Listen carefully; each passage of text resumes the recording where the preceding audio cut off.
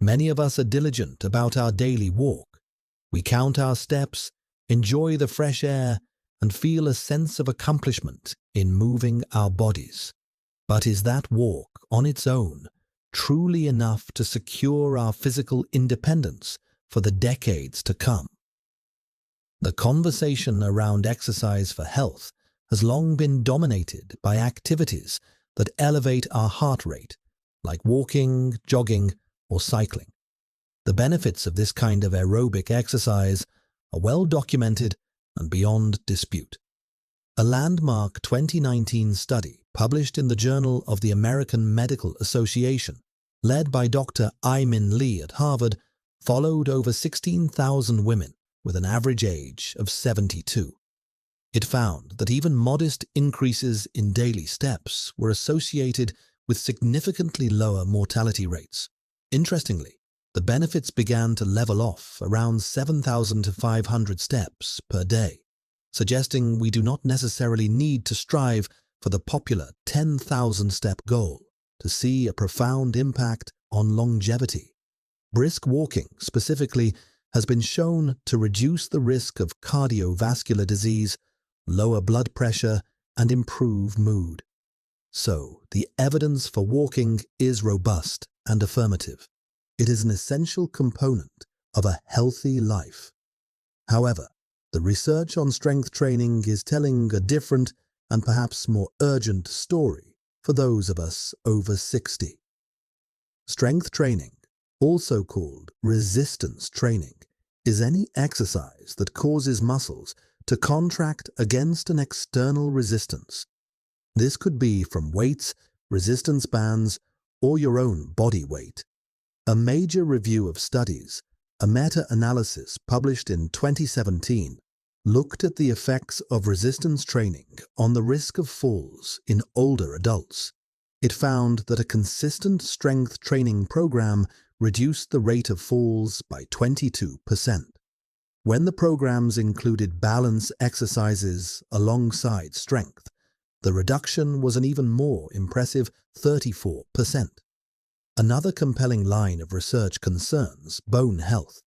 The LIFTMOR trial, an Australian study from 2018 focused on postmenopausal women with low bone mass, demonstrated that a program of high-intensity resistance and impact training was not only safe, but significantly increased bone mineral density in the spine and hip, sites highly vulnerable to fracture. This is a benefit that walking, while good, simply cannot provide to the same degree. It appears that while walking is excellent for our cardiovascular engine, strength training is what reinforces our chassis, the very frame that carries us through the world. The two are not in competition. They are addressing fundamentally different biological systems. This distinction becomes critically important as we age due to a process called sarcopenia. Sarcopenia is the gradual, progressive loss of skeletal muscle mass and strength that begins in our 30s and accelerates significantly after the age of 60. From that point on, we can lose as much as 3% of our muscle mass each year if we are inactive. This is not a cosmetic issue. Muscle is our primary engine for movement. Losing it means it becomes harder to get out of a chair, climb a flight of stairs, or carry a bag of groceries. This is a direct path to a loss of independence. Sarcopenia is also a primary underlying cause of falls. When leg muscles are weak, we are less able to correct a brief loss of balance, turning a minor trip into a major injury. Furthermore, our muscles play a vital role in our metabolic health. They are the largest user of glucose, or blood sugar, in the body. When we have healthy muscle mass, our muscles act like a large sponge, soaking up sugar from the bloodstream after a meal, which helps keep our blood sugar levels stable. As we lose muscle through sarcopenia, we are losing this crucial glucose disposal site. This makes us more susceptible to insulin resistance and increases our risk of developing type 2 diabetes, a condition that becomes more prevalent with age. Finally, there is the matter of bone density. After menopause for women, and more gradually for men, our bone remodeling process can fall out of balance, leading to osteoporosis, bones that are porous and brittle.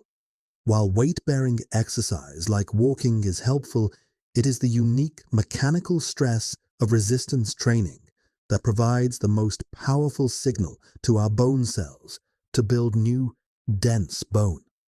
Pulling and pushing against a meaningful resistance tells your body that it needs a stronger skeleton, and in response, it builds one. Walking alone does not provide this same powerful signal. So, what should one actually do?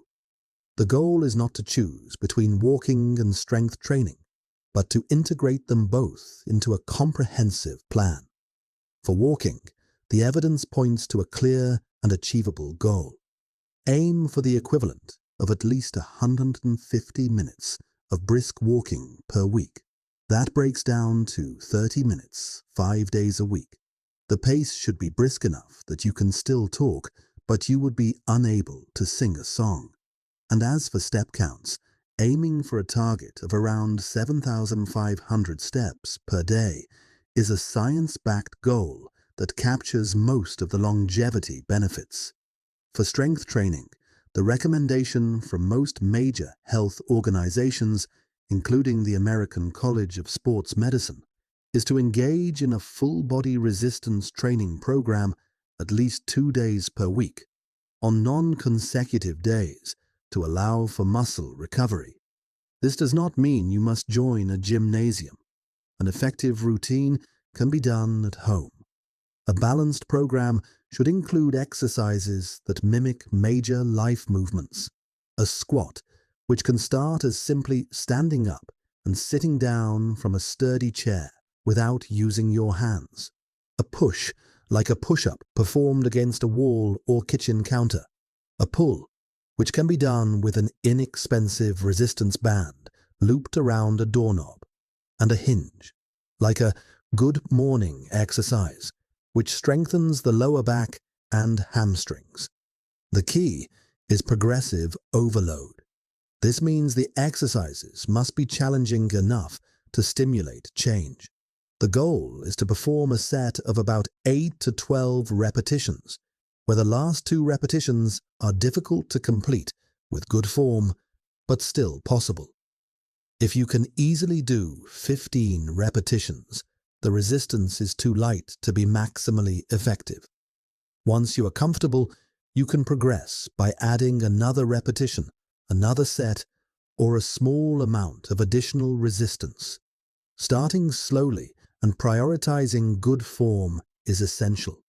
If you have significant health concerns, particularly with your heart or joints, it is wise to consult with a physical therapist or a qualified trainer to help design a safe starting program.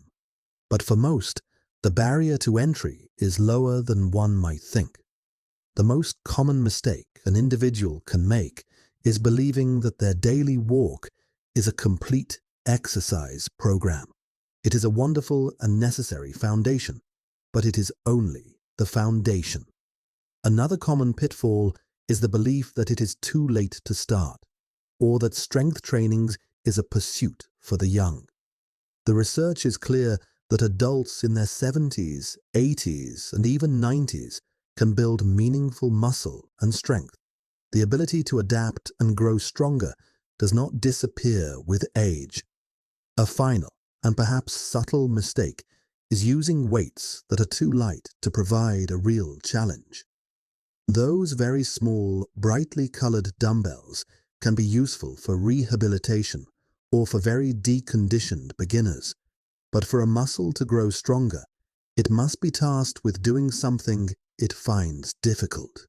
The work should feel like work. You are not aiming for pain, but for effort. Consistently lifting a weight that does not challenge you is like reading the same page of a book over and over and expecting to learn something new. The body requires a new stimulus to adapt. Walking is an investment in your heart, your lungs, and your daily peace of mind. Strength training is a direct investment in your freedom. It is the work you do to ensure you can lift your grandchild, carry your own luggage, and rise from any chair under your own power for as long as possible. The goal of this work is not to build a body for display. It is to build a body that is a capable and reliable partner in the life you wish to lead.